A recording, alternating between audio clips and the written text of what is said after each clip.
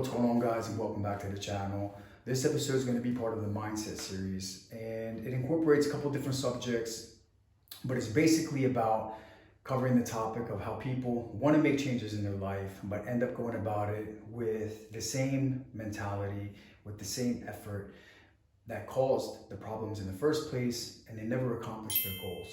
So whether the person's trying to increase their financial state, create a business, level up in their career, or fix their situations at home and interpersonal relationships, get out of a bad relationship, stop being around social circles and people and dating the same types of people. Some of them want to be able to get in better shape and delve into their health and fitness goals, be more confident, get rid of insecurities, feel better, look better, be proud of themselves. And they have a true meaning behind this. I mean, it's not just, they're not doing it for the wrong reasons. They want to level up and get out of the trap, the situations that they've been put into in the past, but they don't change the mentality. These are limiting beliefs and stigmas inside of their head that ruin their transformation. It ruins their plan because they're given blueprints of how to be able to succeed.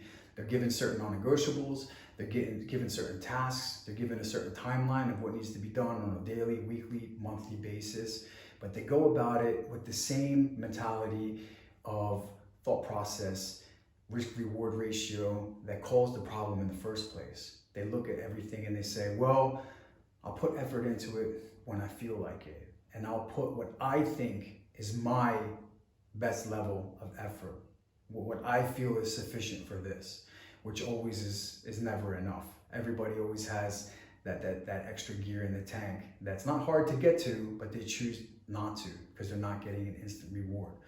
They look at things and they say, I'll do it when I feel like it, and I'll do as much of it as I have to, as the minimum. So whether it's reading, studying, investing, whether it's self-awareness, self-development, whether it's cardio, whether it's weightlifting, whether it's food preparation, whatever the case may be, they do it in a minimal factor and they don't get the results out of it. And that's detrimental because they're carrying the same mentality that's been instilled to a lot of people from youth, from being young. I mean, for the most part, all of us, when we were children, we went to school, they gave us tasks to do. 99% of the people did the minimum. If they told you to read 50 pages a night for a quiz the next day, everybody read 50 pages.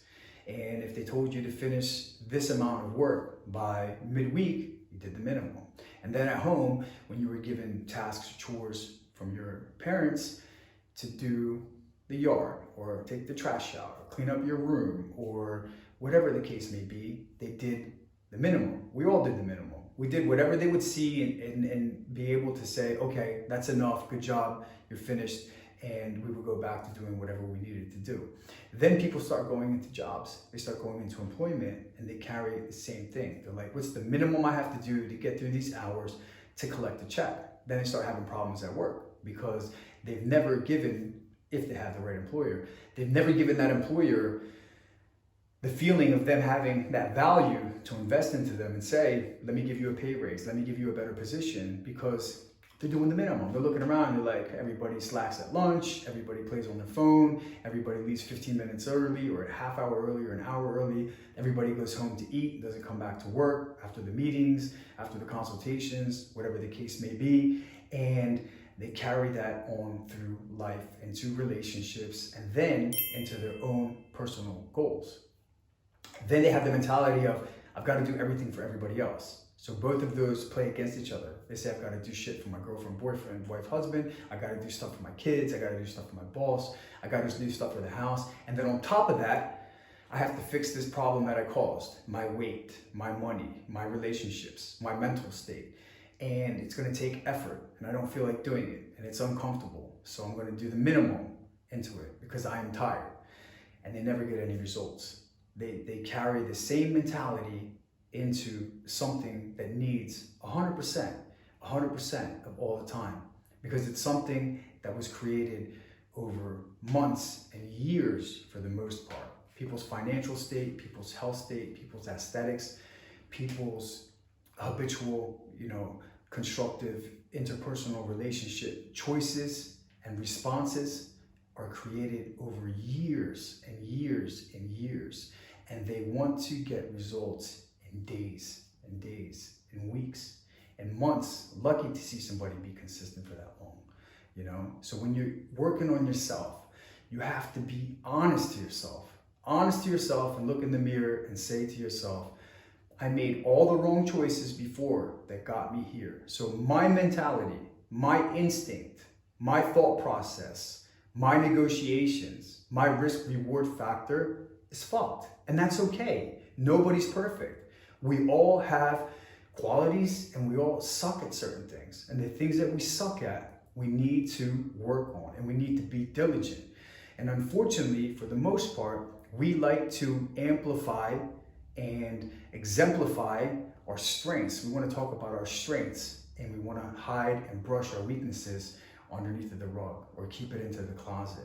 And we do that to the external world so long and so much that we end up doing it subconsciously to ourselves.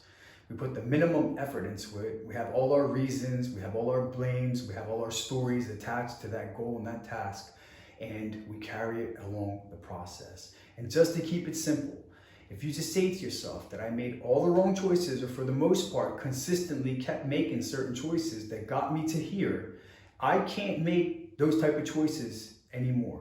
And you have to be aware of that, because a lot of the times we switch the problems. We'll take that mentality into something else. You might have everything nailed, your family, your career, your relationships, your finances, but your health and your weight is fucking horrible. Then when you start working on that, you'll find yourself, many people will start neglecting the other factors of their life.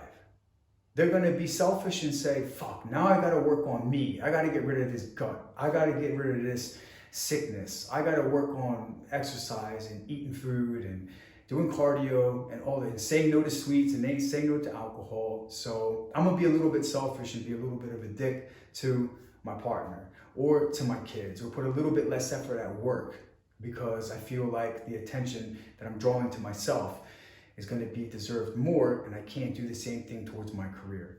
And the problem just keeps scaling and scaling and scaling. If you start from the core root from the beginning and say, everything's here, I got to keep everything on level, and this part of me needs work, it's going to be a task for 3 months or 6 months or a year or 2 years to be able to fix this. And then it's going to be one of my strengths, one of my accolades, along with everything else in my life.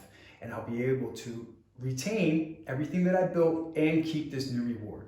If you don't go about it in that mentality, you're going to find yourself like 95% of the population starting and quitting and starting and quitting and starting and quitting until eventually they don't ever start again. They just accept it and they settle. And settling is a shitty fucking word in a world full of options, in a world full of knowledge, in a world full of opportunities. Along that process also, you will find yourself negotiating and manipulating yourself, justifying the reasons why you can sometimes repeat the same old behaviors that got you in that same place. It's going to come to everybody's journey. It came to me a million times, and I get faced with it often in life. That's just how it is, because it's more pronounced. When those vices, when those circumstances, when those frustrations come in front of your face, instantly, that one part, that one small mechanism in your brain that you've been working on to overtake, to get rid of, is going to kick in and tell you to do the wrong thing, to say the wrong thing, to react in the wrong way. It's going to tell you, it's okay. You've been so good for 10 days. You've been so good for 10 months. You've been so good for 3 years. No one's going to care. This is not going to change all the work you've done. But all it takes is that one choice of saying yes to this now that consistently happens over and over and over again, because you just feel like that's just you. You're like, I did the process but still think this way after I did all that work. And for the most part, people don't even get to that point. They end up falling trapped to that days into their work, weeks into their work, in the few months of it, they'll keep going back to the same old behaviors, habits, and choices. So becoming self-aware and becoming honest is the key to be able to attain and retain whatever you want in life that you want to change for yourself. I hope this brought you guys some value. If you have any questions or inquiries about coaching or consultations, my links are all in the bio. Stay true to yourself, stay good to yourself. Don't let anybody or anything get in the way.